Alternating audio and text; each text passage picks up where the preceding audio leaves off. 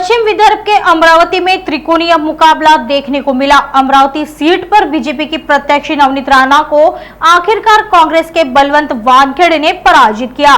बलवंत वानखेड़े के विजय के लिए पूर्व मंत्री यशोमती ठाकुर ने अहम भूमिका निभाई। वानखेड़े के जीत के बाद ठाकुर ने आज मीडिया से चर्चा करते हुए कहा कि यह देश के संविधान लोकतंत्र के लिए स्वर्णिम क्षण है। जो लोग दुर्व्यवहार, गुंडागर्दी और हिटलर शाही कर रहे थे, उन्हें जनता ने कुचल दिया है। भविष्य में अच्छी सरकार बनेगी।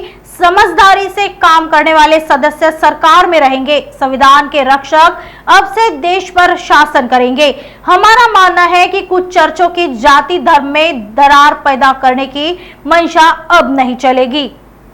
देशाच्या संविधानासाठी, देशाच्या लोकशाहीसाठी हा सुवर्ण दिवस आहे असं म्हणायला काहीच हरकत नाही। जे लोक अरेरावी, हिटलरशाही, दादागिरी ह्या सगळ्या गोष्टी करत होते, त्यांना समाजाने, जनतेने आम आदमी की ताकद ज्याला म्हणतात, त्या ताकदीने जरा थोबाडीत दिलेली आहे, ही वस्तुस्थिती आहे। आणि पुढच्या काळामध्ये चांगलं सरकार राहील, सत्सद्विवेकानं काम करणारी मंडळी या ठिकाणी राहतील आणि सगळं काही चांगलं होईल या देशामध्ये असा विश्वास आहे। इंडिया आघाडीचं सरकार बनतंय। बिलकुल इंडिया आघाडीचं सरकार बनतं आहे।